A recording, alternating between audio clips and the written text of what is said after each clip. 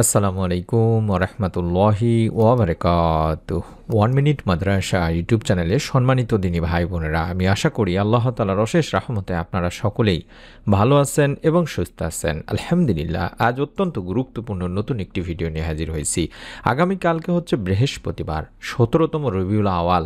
এই রবিউল আওয়াল মাসে দিনে কিংবা রাতে আপনারা অবশ্যই কষ্ট করে নিয়ম মেনে 11 বার একটি ছোট্ট দোয়া পাঠ করবেন। রব্বুল আলামিন চাহে তো সারা দিনের মধ্যেই ইনশাআল্লাহ মাগরিবের আগে আপনার মনের সব আশা আকাঙ্ক্ষাগুলো পূরণের সুসংবাদ আসবে। মনের মধ্যে একটা বিশ্বাস নিয়ে নিয়ত করে আমলটি করুন, রব্বুল আলামিন আপনাকে নিরাশ করবেন না ইনশাআল্লাহ। সপ্তাহের গুরুত্বপূর্ণ একটি দিন বৃহস্পতিবার, জুমাবারের পূর্ববর্তী দিন হওয়ায় এটি জুমার দিনকেও প্রস্তুত করে তোলে। আর এই দিন রোজা রাখা, নেক আমল করা ও ইবাদত করার ফজিলত অপরিসীম। আবু হুরায়রা রাদিয়াল্লাহু তাআলা আনহু বর্ণনা করেন, আল্লাহর রাসূল সাল্লাল্লাহু আলাইহি ওয়াসাল্লাম বলেছেন, প্রতি সোম ও বৃহস্পতিবার জান্নাতের দরজাগুলো খুলে দেওয়া হয়। এরপর এমন সব বান্দাদের ক্ষমা করে দেওয়া হয় যারা আল্লাহর সঙ্গে শরিক করে না।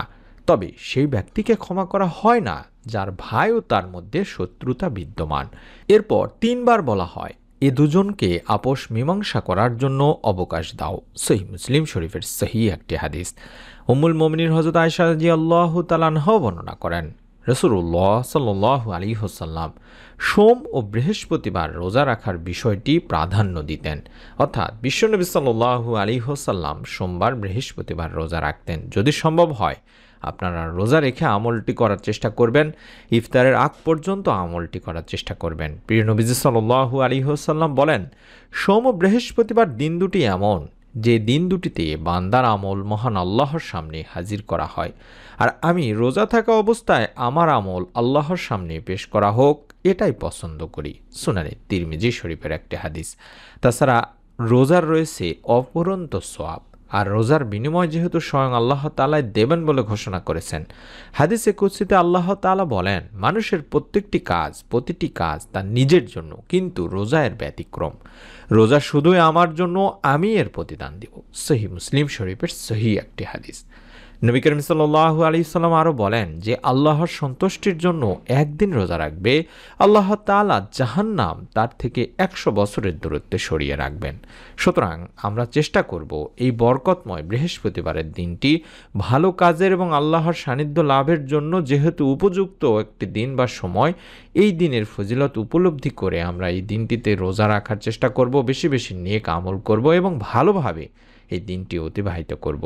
তাই অনুরোধ করছি, যারা রোজা রাখেন না মাঝে মধ্যে চেষ্টা করবেন দিনী ভাই বোনেরা, সোমবার বৃহস্পতিবার রোজা রেখে মনের নেক আশাগুলো আল্লাহ তাআলার কাছে তুলে ধরার। যখন কোনো কিছুতেই দুনিয়াতে আপনার কোনো উপকারে আসে না, আপনি এমন কোনো বিপদের মধ্যে পড়েছেন যেটা কাউকে বলতেও পারছেন না, তখন দেখবেন আল্লাহ তাআলার কাছে যদি মনটাকে নরম করে অর্থাৎ স্থির হয়, তাড়াহুড়া না করে আল্লাহ তাআলার কাছে মন থেকে রোজা রেখে চাইতে পারেন, রব্বুল আলামিন আপনার মনের নেক আশা ইনশাআল্লাহ পূরণের কোনো না কোনো একটা পথ বের করে দেবেন, যেটা আপনি এখন পর্যন্ত ধারণা করতে পারছেন না। তেমনই একটি আমল হচ্ছে দরুদের আমল। আমরা যত আমলই করি না কেন, আমাদের আমল আল্লাহ তাআলার কাছে পৌঁছায় না দিনী ভাই বোনেরা। কারণ দরুদ না পড়লে আল্লাহ রব্বুল আলামিন দোয়া কবুল করেন না। হযরত আনাস রাদিয়াল্লাহু তাআলা আনহু বর্ণনা করেন, আল্লাহর রাসূল সাল্লাল্লাহু আলাইহি ওয়াসাল্লাম বলেন, যতক্ষণ আল্লাহর রাসূল সাল্লাল্লাহু আলাইহি ওয়াসাল্লামের উপর দরুদ পড়া হবে না, ততক্ষণ তা বাধাগ্রস্ত অবস্থায় থাকবে। অর্থাৎ এ দোয়া আল্লাহ তাআলার কাছে পৌঁছবে না এবং এ দোয়া কবুলও করা হবে না। এটা তাবারানী শরীফের একটি হাদিস। এছাড়াও দরুদের অনেক ফজিলত রয়েছে। দরুদ পাঠ করলে ফেরেশতারা আপনার জন্য দোয়া করবেন। আমির বিন রাবিয়া রাদিয়াল্লাহু তাআলা আনহু থেকে একটা হাদিস পাওয়া যায়, যেখানে নবী করিম সাল্লাল্লাহু আলাইহি ওয়াসাল্লাম বলেন, যখন কোনো মুসলিম আমার প্রতি দরুদ পাঠ করে এবং যতক্ষণ সে আমার প্রতি দরুদ পাঠরত থাকে, ততক্ষণ ফেরেশতারা তার জন্য দোয়া করতে থাকেন।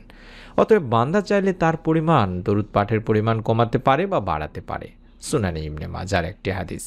তাই আমরা প্রথমেই অন্তত 10 বার বা 11 বার দরুদ পড়ে নিব। কারণ আল্লাহ রাসূল সাল্লাল্লাহু আলাইহি ওয়াসাল্লামের সুপারিশ পাওয়ার জন্য হলো আমাদেরকে সকাল বিকাল অন্তত 10 বার করে দরুদ পাঠ করতে হবে দিনী ভাই বোনেরা। তাহলে কঠিন কিয়ামতের দিন তিনি আমাদের সুপারিশ করবেন, আমাদেরকে সঙ্গে করে জান্নাতে পর্যন্ত নিয়ে যাবেন এবং দরুদ পাঠের মাধ্যমে আল্লাহ রব্বুল আলামিন বান্দার মনের নেক আশাগুলো পূরণ করেন, দোয়া কবুল করে থাকেন। আমরা আল্লাহ তাআলার কাছে বেশি বেশি করে দোয়া করব, কারণ আল্লাহ তাআলাও বলেন, আর তোমাদের রব তো বলেছেন তোমরা আমাকে ডাকো, আমি তোমাদের জন্য তোমাদের ডাকে সাড়া দেব। নিশ্চয়ই অবশ্যই যারা হুঙ্কারবশত আমার ইবাদত থেকে বিমুখ থাকে তারা অচিরে লাঞ্ছিত অবস্থায় জাহান্নামে প্রবেশ করবে। সূরা গাফিরের ৬০ নম্বর আয়াতে আল্লাহ তাআলা নিজেই বলছেন। আমাদের আল্লাহ রব্বুল আলামিন সব সময় আমাদের আবৃত করে রাখেন তার ছায়া, দয়া, মায়া। আল্লাহ তাআলা আমাদের দুনিয়াতে সবচাইতে বেশি ভালোবাসেন, এই বিশ্বাস আমাদের রাখতে হবে। বিপদে আপদে যে কোনো পরিস্থিতিতে আমরা যখন আল্লাহকে ডাকি, আল্লাহ তাআলা আমাদের ডাকে সাড়া দিয়ে আমাদের মনের নেক আশা পূরণ করেই থাকেন। অনেকেই আছেন অনেক আমল করেন, জীবনের ইচ্ছা পূরণের অনেক উপায় খুঁজে বেরিয়েছেন, মনের আশা পূরণ করতে অনেকের কাছেও গিয়েছেন, এমনকি অন্য ইসলামিক উপায় অবলম্বন করেছেন, গলায় তাবিজ ঝোলানো কিংবা পীরের কাছে যাওয়া, অনেক কষ্ট অনেক সাধন করেছেন, কিন্তু বিফল হয়ে ফিরে এসেছেন। অথচ ভাবেননি যে আল্লাহ ও তার রাসূল সাল্লাল্লাহু আলাইহি সাল্লাম মনের নেক আশা পূরণের ব্যাপারে কি বলেছেন। হাদিসে এমনটি পাওয়া যায় দিনী ভাই বোনেরা। একবার হযরত আনাস রাদিয়াল্লাহু তাআলা আনহু আল্লাহ রাসূল সাল্লাল্লাহু আলাইহি সাল্লামের সঙ্গে বসা ছিলেন। সে সময় সেখানে এক ব্যক্তি এসে নামাজ আদায় করলেন এবং এই দোয়াটি পাঠ করলেন। অর্থাৎ যে দোয়াটি দেখাচ্ছি আমি, এই দোয়াটি আমাদেরকে পাঠ করতে হবে ছোট্ট একটি নিয়ম মেনে। আমি নিয়মটি শিখিয়ে দেব ইনশাআল্লাহ, ভিডিওটি জুড়ে থাকুন। এই দোয়াটি আপনারা আগে সংগ্রহ করে নিন, দেখে দেখেও পড়তে পারেন, কোনো সমস্যা নেই ইনশাআল্লাহ। সকালে বিকেলে যখনই সময় পাবেন তখনই আমলটি করার চেষ্টা করবেন। যারা রোজা রাখবেন তারা চেষ্টা করবেন ইফতার সামনে নিয়ে, অর্থাৎ আসর থেকে শুরু করেই আমলটি করার চেষ্টা করবেন। ইফতারের আগেও অবশ্যই আমলটি করবেন। আল্লাহুম্মা ইন্নী আসআলুকা বিআন্না লাকাল হামদু লা ইলাহা ইল্লা আনতাল মান্নান বাদিউস সামাওয়াতি ওয়াল আরদ ইয়া জাল জালালি ওয়াল ইকরাম ইয়া হাইয়্যু ইয়া কাইয়্যুম। কম করে হলেও এভাবে 3 বার পড়ার চেষ্টা করবেন। আগে অন্তত 10-11 বার দরুদ শরীফ পড়ে নিয়ে এই দোয়াটি আমরা বলার কারণে আল্লাহ তাআলার কাছে আমরা যেটা চাইলাম বা বললাম, সাক্ষ্য দিলাম যে হে আল্লাহ, আমি তোমার কাছে প্রার্থনা করছি বা প্রার্থনা করি, তুমি তো সকল প্রশংসার মালিক, একমাত্র মালিক, তুমি ছাড়া তো কোনো উপাস্য নেই, তুমি দয়াশীল, তুমিই হচ্ছ আকাশসমূহ পৃথিবীর একমাত্র সৃষ্টিকর্তা, এবং হে মহান সম্রাট ও সর্বোচ্চ মর্যাদার অধিকারী, হে চিরঞ্জীব, হে সর্বময় ক্ষমতার অধিকারী। এই সাক্ষ্যটি আমরা এই দোয়াটির মাধ্যমে দিলাম। তখন এটা শুনে নবী করিম সাল্লাল্লাহু আলাইহি সাল্লাম বললেন যে এই ব্যক্তি তো ইসমে আজম পড়ে দোয়া করেছে, আর এটি হলো ইসমে আজম, মহান আল্লাহর এমন নাম যে নামে আল্লাহকে ডাকলে মহান আল্লাহ তার ডাকে সাড়া দেন, আর যে নামে তার কাছে চাওয়া হলে তিনি বান্দার সকল চাওয়া পূরণ করেন। আবু দাউদ শরীফের একটি হাদিস। অর্থাৎ আমি এই মুহূর্তে যে দোয়াটি দেখাচ্ছি এটি হলো সেই দোয়া যেটিকে ইসমে আজম বলা হয় থাকে। মনের মধ্যে শতভাগ বিশ্বাস নিয়ে নিয়ত করে আমল করলে এই আমলের ওসিলায় অসংখ্য দিনই মা ও বোনের মনের নেক আশা আল্লাহ তাআলা পূরণ করেছেন। আপনারা মনের নেক আশা ইনশাআল্লাহ পূরণ হয়ে যাবে। নিয়মটি ছোট্ট, আমি আবারও বলে দিচ্ছি। যখনই আমলটি করবেন, রোজা থাকলে আসর থেকে শুরু করে মাগরিব পর্যন্ত আমলটি করার চেষ্টা করবেন, বেশি বেশি করে পড়বেন। তবে প্রথমে দরুদ শরীফ আগে পড়ে নেবেন, যে কোনো দরুদ পড়তে পারেন। চাইলে আল্লাহুম্মা সাল্লি আলা মুহাম্মাদিন ওয়া আলা আলি মুহাম্মাদ এটিও পড়তে পারেন, অথবা দরুদে ইব্রাহিম যেটা আমরা নামাজে পড়ে থাকি সেটাও পড়তে পারেন। কম করে হলেও 11 বার বা 10 বার পড়ে নেবেন। তারপরে মনের নেক আশা পূরণের যে দোয়াটি দেখাচ্ছি, আল্লাহুম্মা ইন্নী আসআলুকা বিআন্না লাকাল হামদু লা ইলাহা ইল্লা আনতাল মান্নান বাদিউস সামাওয়াতি ওয়াল আরদ ইয়া জাল জালালি ওয়াল ইকরাম ইয়া হাইয়্যু ইয়া কাইয়্যুম।